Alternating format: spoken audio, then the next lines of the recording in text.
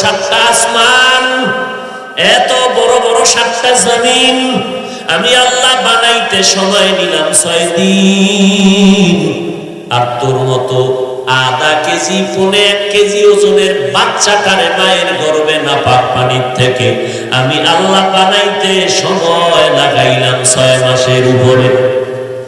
6 দিনে বানাইলাম আসমান, 6 দিনে জমিন বানায় ফেললাম। তোর মতো বান্দাকে মায়ের গর্ভে বানাইতে এত সময় নিলাম কেন? মোহাব্বতের জিনিস বানাইতে সময় লাগে। আমি আল্লাহ আসমানের এত ভালোবাসি না বান্দা তোরে যত ভালোবাসি। আমি আল্লাহ তোরে এত মোহাব্বত করে বানাইলাম। আমি আল্লাহ পাক আসমানের এত ভালোবাসা দিয়ে বানাই নাই। এই জন্য বলি তুই আমার, আসমান আমার না, জমিন আমার না, চন্দ্র আমার না, সূর্য আমার না, কারণ আমি বানাইছি, তবে আমার জন্য বানাই নাই। কিন্তু বান্দা তোমাকে কেন বললাম তুমি আমার? ফেরেশতা বানাইছি তোর গোলামি, জিন বানাইলাম তোর খেদমতে। আসমান তোমার জন্য, জমিন তোমার জন্য, পাহাড় তোমার জন্য, বাতাস তোমার জন্য, সূর্য তোমার জন্য, সমুদ্রের পানি তোমার আমার জন্য, মাছ তোমার আমার জন্য, গাছ তোমার আমার জন্য।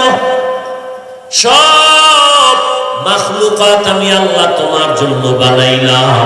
আর তোমার মতো বান্দাটাকে আমি আল্লাহর ইবাদতের জন্য বানিয়েছি। মা খালাকাতুল জিন্না ওয়াল ইনসি বাখা, জুজ ইবাদত নিস্তে মাকসুদ আজাহা। তাহলে আমার বান্দা বললাম কেন? তোমাদের বেশি আমি মোহাব্বত করি।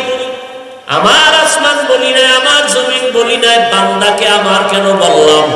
আসমান জমিন তোমার গোলাম, তুমি বান্দা শুধু আমি আল্লাহর গোলাম।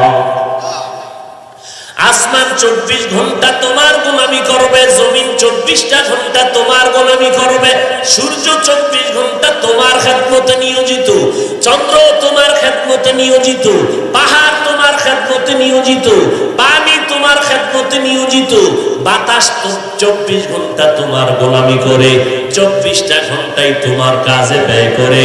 আল্লাহ কয় তুমি বান্দা 24 ঘন্টা আমি আল্লাহর গোলামিতে ব্যয় করবা। তোমার প্রয়োজনে বাতাস দরকার, আগেই বানাইয়া ফিরিয়ে দিয়ে দিলাম। আমি আল্লাহ তোমার প্রয়োজনের জন্য আগুনের দরকার, আমি আল্লাহ ফিরিয়ে দিলাম। সূর্যের আলো প্রয়োজন, ফিরিয়ে দিয়ে দিলাম। দুনিয়াতে জমিনটা ফিরি বানায় দিলাম। জমিন আমি আল্লাহ, এই জমিনটার একটা অংশ তুমি নিজের পকেটে টাকা দিয়া কিনছো, আবার ওই জমিনটাকে টাকা দিয়া নারায়ণগঞ্জ জেলায় গিয়া থানায় গিয়া রেজিস্ট্রি করেছো।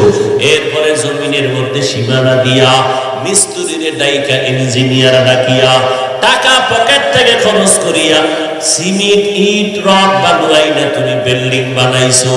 তোমার টাকার জায়গা, তোমার টাকার দলিল, তোমার টাকায় বাড়ি, তোমার টাকার মিস্ত্রির খরচ।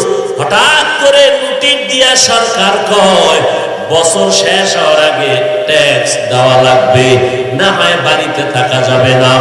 এইভাবে বান্দা নজর কর, আমি আল্লাহ যে তোর জন্য জমিনটা ফিরে দিলাম, 1 টাকাও ট্যাক্স নাই। দুনিয়ার সরকার সূর্যটারে ধরিয়া, দুনিয়ার অস্ত্র দিয়া আলো নিজে কন্ট্রোলের মধ্যে নিয়ে মানুষের বিদ্যুৎ দিয়ে দিতেছে, সৌর বিদ্যুৎ ঘরে ঘরে দিয়ে কয় টাকা দাও, বিল দাও। আর আমি আল্লাহ হাজার হাজার হাজার বছর যে সূর্যের আলো দিলাম, ও বান্দা তোরা ভোগ করো, 1 টাকাও জীবনে বিল নিলাম না। এরে বান্দা তোর শ্বাস নিঃশ্বাস কষ্ট, দৌড়াইয়া তোকে হসপিটালে নেওয়া হলো, হসপিটালের বেডে শুইয়া অক্সিজেনের পাইপটা লাগায় দিল। কম্পিউটার বলে 45 মিনিটের অক্সিজেনের বিল দাও, এত হাজার টাকা। আল্লাহ বলে আমি যে বাতাসটা দিলাম অক্সিজেন ফ্রি, 1 টাকাও বিল বছরে নিলাম না।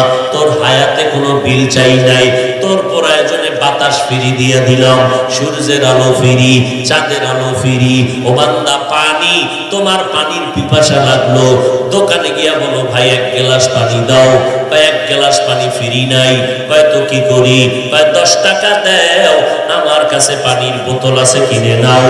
সরকার তোমার ঘরে ওয়াসার পানির লাইন দিয়া কয়েক বিল দাও, না হয় পানির লাইন বন্ধ, বিদ্যুৎ দিয়া কয়েক বিল দাও, না হয় তার কেটে দিব। আল্লাহ বলে নজর করে দেখ, আমি যে এত কোটি কোটি টন পানি তোমার জন্য দিলাম, কোনো বিল নিলাম না, যত পারো বান্দা পানি পান করো। ওরে শুধু তাই না, জমিনের পানি হতে পারে লবণ হয়ে যাবে, এরে বান্দা জমিনের পানি লবণ, নদীর পানি লবণ, কিন্তু এমন সময় লবণ পানি পান করতে তোমার রুচি নাই, ইচ্ছা নাই, সম্ভব না, কিন্তু পানির পিপাসায় কলিজা ছটফট করে। দুনিয়ার যে কোনো জায়গায় যাবি, লবণাক্ত পানির দেশেও যদি যাও, মাটির নিচে নজর করে দেখবি লবণ, কিন্তু ওই জায়গায় আমি তোর কলিজাটারে ঠান্ডা করার জন্য ঠাডা ভাঙ্গা রৌদ্র যদি পড়ে, নদীর পানি গরম, সমুদ্রের পানি গরম, বিল্ডিং এর হাউসের পানি গরম, কিন্তু তোর আরামের জন্য আমি স্পেশাল একটা পানি দিলাম, যেটা ঠাডা ভাঙ্গা সূর্যের গরমও কখনো গরম হবে না। জমিন পুরাটা লবণাক্ত হয়ে গেলে ওই পানি লবণ হবে না।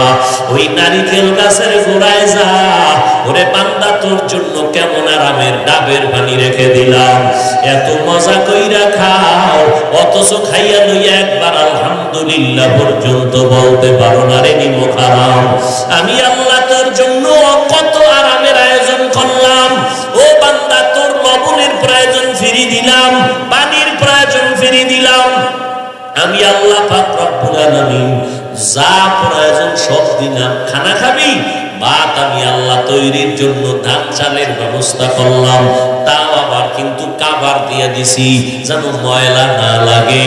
ও বান্দা আমি আল্লাহ তোর শরীরের ভিটামিনের জন্য রুটির আয়োজন করবি, ওই রুটির গম কাবার দিয়ে দিলাম যেন ময়লা না হয়। আবার এই রুটি খাইতে তোর তরকারি লাগবে, ভাত খাইতে তোর তরকারি লাগবে, আমি আল্লাহ কাবার দিয়া তরকারি দিলাম। আবার যেই কাবার যেই তরকারিতে দেখো কাবার নাই, ওইটার মধ্যে ময়লা লাগার কোনো কায়দা নাই, এমন ভাবে আমি প্ল্যান করে দিলাম ময়লার ভেতর থেকে চলে যাবে, ময়লা শরীরে লাগবে না। কাঁচামরিচ দেখ বান্দা পানিতে ধুইয়া দাও, এত সুন্দর পরিষ্কার হবে, এই রকম পরিষ্কার আর হবে না। এরে নবীর উম্মতের দল, তোমার শরীরের জন্য তরকারি খানায় লাগবে, আমি তরকারি দিলাম, তরকারি হলে হবে না, শাক আছে, মাছ আছে, কিন্তু মশলা নাই, আমি আল্লাহ পেঁয়াজ রসুন মশলার আয়োজন করে দিলাম। ও বান্দা নজর করে দেখ, আমি আল্লাহ পাক রব্বুল আলামিন খানার কত হাজার আইটেম দিয়ে দিলাম।